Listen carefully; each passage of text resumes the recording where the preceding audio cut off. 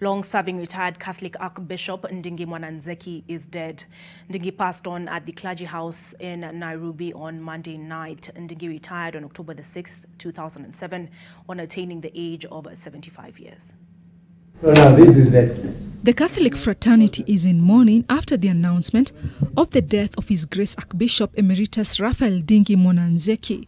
A statement shared by the Archdiocese of Nairobi said Ndingi Mwana Nzeki was taken ill at the clergy home where he was residing and was rushed to Mater Hospital where he was pronounced dead on arrival. He died at the age of 88. Ndingi fell sick after retiring. He started experiencing gradual memory loss before the problem escalated. Since his appointment as Bishop of Machakos in 1969, the prelate remains one of the best-known church leaders in the nation. Ndingi joined Kiserian Seminary after completing his primary school education.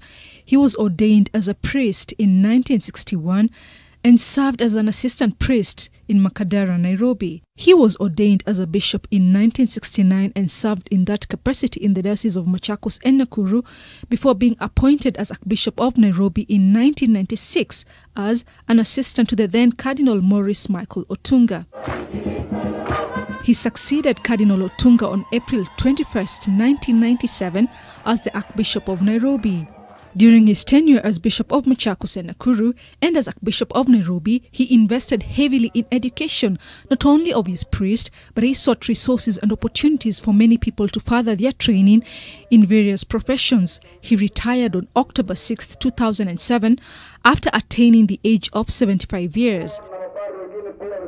He was then succeeded by the current Cardinal John Jue, who was his assistant in Nakuru. We need to get together, whether the church or the government, social, different groups, to find out what is it that we can do to make Kenya what it ought to be. And what part can I play in that? There is no question of religion, it's a question of a Kenyan. What is it? And I pray and I hope they will come to an answer. Outspoken and a household name in his heyday, Archbishop Mwana Nzeki was a fearless leader. At the height of his active life, Ndingi was a leading voice on matters of democracy, continually pinpointing failures of leadership during the KANU regime. He was relentless, reminding Kenyans of the importance of participating in democratization through elections, lobbying, or civil activism. This bold image was reinforced in 1992 when Mwana Nzeki risked his life by supporting the victims of tribal clashes in the Rift Valley.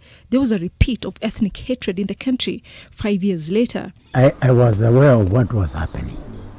I was informed of the situations. I went around to see the conditions of the people, and I decided I cannot keep quiet.